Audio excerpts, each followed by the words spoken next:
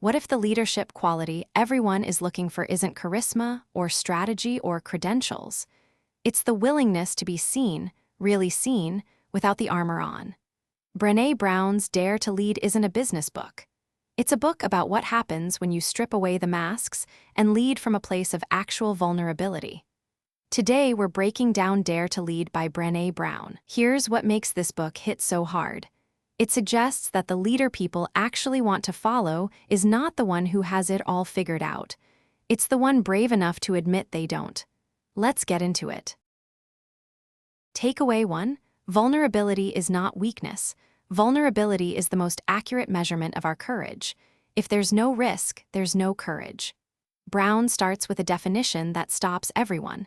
Vulnerability is not softness. Vulnerability is the willingness to show up when you can't control the outcome. It's stepping forward without knowing if it'll work. And here's the core insight. Every single brave thing requires vulnerability. The leader who stands up in the meeting and says, "I don't know," is being vulnerable. The parent who admits to their kid, "I made a mistake," is being vulnerable. The artist who puts work into the world is being vulnerable. Courage and vulnerability aren't opposites. Courage is vulnerability. It's not the absence of fear, it's fear plus action. Most leaders have it backward. They think vulnerability is weakness, so they armor up. They pretend to know everything. They hide doubt, and then they wonder why nobody trusts them. Trust comes from seeing that someone is real. Your action, this week in one conversation with someone who matters, admit something you don't know. Not everything, one thing. Say it plainly. "I'm not sure how to handle this." Watch what happens. Usually the person relaxes. Usually trust deepens. Takeaway 2. The armor that protects you from hurt is the same armor that prevents connection. You have to choose, you can't have both. Brown uses this metaphor throughout the book. Leaders armor up to protect themselves. You've seen it. The cold boss. The leader who never admits mistakes. The person who always has to be right. That armor keeps pain out. It also keeps people out.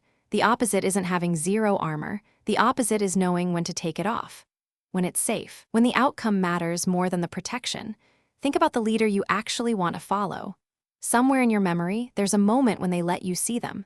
Not destroyed, just human. That moment changed your relationship to them. That moment is vulnerability. And it's also when real leadership started. The armored leader doesn't inspire people to do their best work. They inspire fear. They inspire compliance. But not excellence. Not creativity. Not the willingness to risk. Your action, identify one piece of armor you wear regularly. Maybe it's the "I've got this" face when you're panicking. Maybe it's the perfectionism that keeps people from knowing you're struggling. Choose one moment this week to take it off. See what happens. Takeaway 3. Rumbling with discomfort is the secret to effective leadership. Most leaders avoid it, that's why they fail. Brown introduces a skill called rumbling. It's basically the ability to sit in an uncomfortable conversation without trying to fix it or escape it. In real life, an employee tells you they are unhappy. Your first instinct is to fix it or defend yourself. You're uncomfortable. Your body wants to move. Rumbling is the ability to stay in that discomfort, to be curious about it instead of reactive. Leaders who can rumble are leaders who understand their people, because the only way to understand someone is to sit with them in their truth, even when it's uncomfortable for you. Most managers avoid this. They'd rather move on. But that avoidance is where relationships die. That's where people start checking out, because they know you're not really interested. You're just trying to make your own discomfort go away. Your action, in your next difficult conversation, resist the urge to fix or escape. Ask one question, then listen. Sit in the discomfort. Don't interrupt. Don't solve. Just understand. That's rumbling. That's where leadership begins. Takeaway 4. You can't lead others if you can't name the story you're telling yourself, and you're always telling yourself a story. This is where Brown gets practical. When someone disappoints you, your brain immediately creates a narrative. They don't respect me. They're lazy. They don't care. These stories feel true. They're not. They're just stories your brain made up in a split second. But here's the problem. You act on the story as if it's fact, and your behavior changes, and the other person feels it. And suddenly the story becomes real because you made it real. The leader who can pause and say, "Here's the story I'm telling myself, am I right?" is the leader who doesn't destroy relationships based on false narratives. Brown calls this naming the story. Not believing it, not acting on it, just acknowledging it out loud. "I'm telling myself that you don't respect me. Is that true?" Usually the answer is no, and the whole dynamic shifts. Your action: next time someone frustrates you, pause, name the story you just created about them. Say it out loud to a friend. Usually you'll hear how ridiculous it is. Then you can actually address what's real.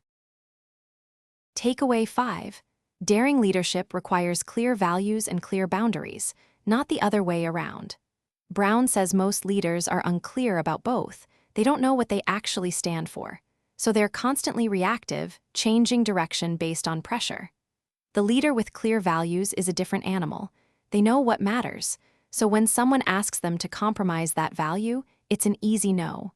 When a decision comes up, they run it against their values and it's obvious what to do. Boundaries are the same. The leader without boundaries is exhausted. They're saying yes to everything. They're available constantly. They're making everyone happy and burning out. The leader with clear boundaries is more effective. They're available for what matters. They're unavailable for what doesn't, and people respect that because it's honest. Your action: write down 3 core values. Not the values you think you should have, the values you actually have. The things you refuse to compromise on. Then identify 3 boundaries that protect those values. What's a yes you need to start saying? What's a no you need to start saying? Takeaway 6. Shame lives in secrecy. The moment you speak your struggle out loud, shame loses power. Brown's research on shame is clear. Shame thrives in silence. You struggle with something in private, feeling broken until you finally admit it to someone, and then you realize half your friends have been struggling with the exact same thing. For leaders, this is crucial. The leader who hides their struggle sends a message: struggle is shameful. Don't talk about it.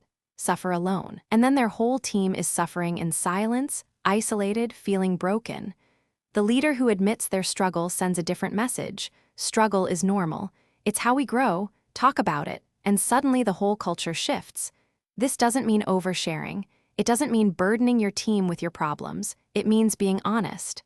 "I'm struggling with this decision. I made a mistake. I don't have the answer." That's what changes culture. Your action: pick one struggle you've been keeping quiet, one thing you think makes you weak or broken. Tell one person you trust. Notice how shame shrinks when it hits air. Takeaway 7. Fear is the story-making machine. When you're afraid, you're making things up. Get curious about it before you act. Brown talks about how fear operates in leaders. You're afraid of a conversation, so you avoid the person. You're afraid of being wrong, so you defend your idea aggressively. You're afraid of not being enough, so you overwork. Fear drives nearly every leadership mistake. But here's the thing: fear is ancient. Fear was designed to keep you safe from predators. It's not designed for modern work. When your brain senses a threat, it makes things up. It creates stories to explain the threat. The leader who can pause and say, "What story am I making up right now? What am I actually afraid of?" is the leader who doesn't burn bridges or destroy culture out of fear. Your action: catch yourself being afraid this week. When you feel it, stop and get curious. What's the story? What am I really afraid of? Is it actually true? Usually it's not. But you can't find out if you're not willing to look. Takeaway 8.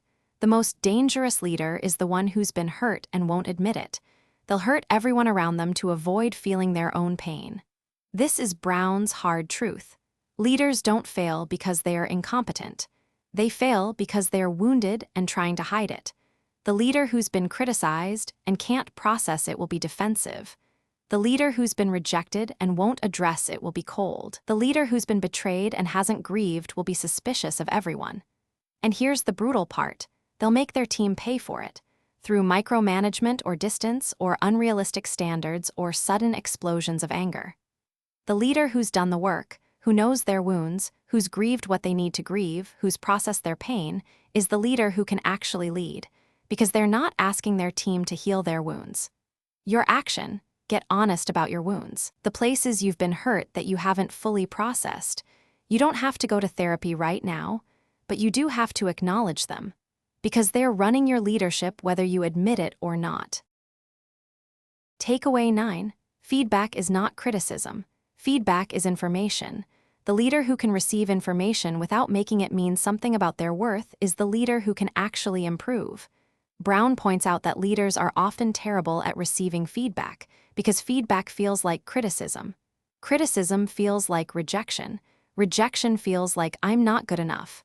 But feedback is just information. This approach didn't work. That's data. It's not a judgment on you, but most leaders collapse it into one. They take feedback and turn it into I'm failing, I'm not a good leader. The leader who can separate the information from the identity can actually use feedback. They can hear it, learn from it, and get better.